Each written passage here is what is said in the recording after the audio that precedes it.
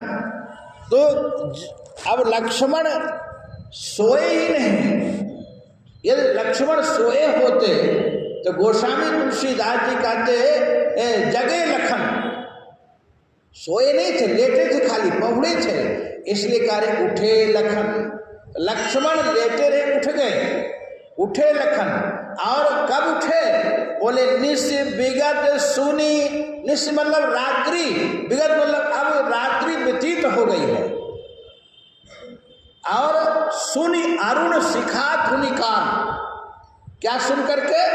कि रात बीत हो गई। अरुण शिखा, अरुण शिखा मतलब अरुण शिखा बताए थे, भी परसों नरसों भूल गए इतना जल्दी।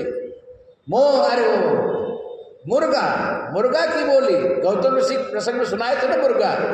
तो मुर्गा की बोली सुने बाघ कि अब रात्रि नहीं, अब सवेरा हो गया।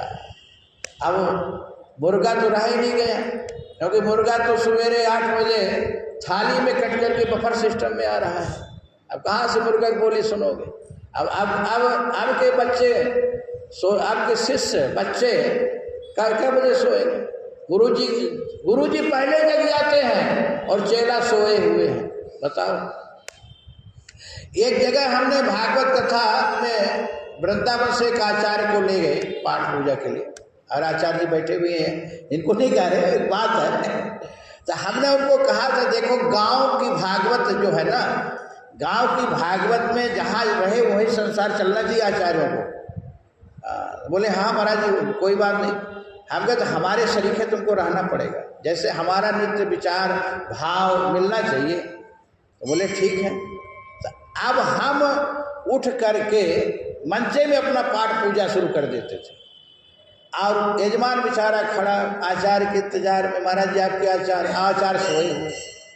हमने कहा उठाओ उनको, उठाओ। अब वो 8 बजे उठे तो फिर अब वो अपना डाक आँख कर रहे। हमने कहा ये क्या है भाई? अरे यजमान बेचारा आपको इंतजार कर रहा है, और आप बताओ, आपको तो पहले उठना चाहिए सुबह। अपना पहले के जो गुरुकुल में जो पढ़े हुए हैं धर्म संघ में, वहाँ का देखो संस्कार पड़ा बच्चों में। 4 बजे ब्रह्म मुहूर्त में उठते हैं, और उठ करके अपना संध्या, अपना नित्य क्रिया करके संध्या उपासना करके निवृत्त हो जाते हैं, और फिर अपना जो पाठ है पूजा है ये सब अपना करते हैं। हमको नहीं कहना पड़ता कि महाराज आप पूजा कराइए, ये कराइए, अपने आप उनको, क्योंकि उनकी जिम्मेदारी है, अपनी नहीं है। हमको तो अपने समय मंच में कथा करना है, बोलना है। तो बहुत ऐसे को हम ले गए साथ में, लेके एक बार से दोबारा पे हाथ जोड़ लेते, महाराज क्या करूँ मैं, हमें को करना पड़ता।